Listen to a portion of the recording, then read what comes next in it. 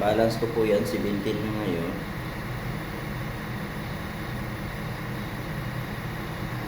Actually guys, dapat unli ako. Unli ako. Within 1 month. Unli yan. Kasi magbabayad ako ng ET for unli. Pero doon sa isang machine doon malapit sa Island Mall o di ka doon sa bus station. So, wala pa po tayo eh. Kaya doon muna tayo sa tingi-tingi per day. Yung 17 na yun, nagagamit namin yun ng ilang araw. Every way kasi 2 something. 2 dirham every way. So ilang araw din yung gagamitin namin. 2 dirham something.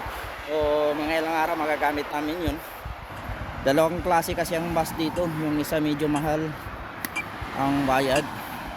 Yung isa parang regular city bus na lang siya. Yung isa parang province bus. So wala tayong magawa, nandito tayo. Kailangan natin sumunod sa rules nila dito.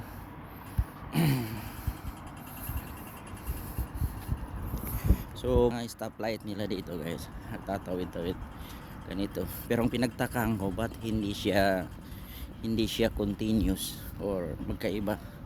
Kasi yung iba dapat dito sa atin natawiran ko ganun yun. Yun nandiyan sa kabila eh. Pero ano pa man, yun na yung patakaran nila dito.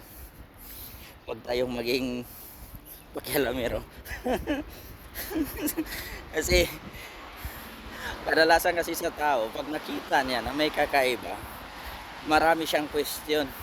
Katulad ko, napansin ko lang niya yung bus yung tawiran na yan at hindi diretso. So magkaiba siya ng parang linihis siya ng konti. Pero kung susamahin daw na nung pakialam ko. Pero parang kung makasabi lang yung engineer dyan, sabi pakialam mo. Andito na po tayo sa waiting station po ng bus. Ba't basa? Basa. Actually siguro hindi. Ba't basa yun. Ba't basa? Ewan ko ano yung basa ng or basa sinadya. Hindi ko alam. Pero parang basa yung nararamdaman ko eh.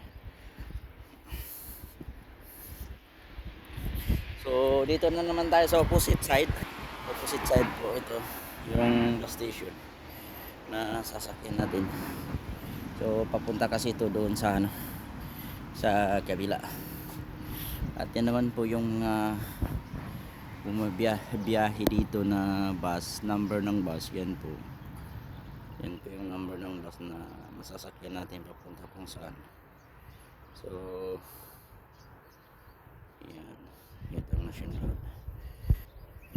So hanggang dito na lang po guys. So puputuloy muna natin yung video kasi may nandito na po yung bus. Thank you sa panonood ng video ko kahit walang kwenta. Bye bye.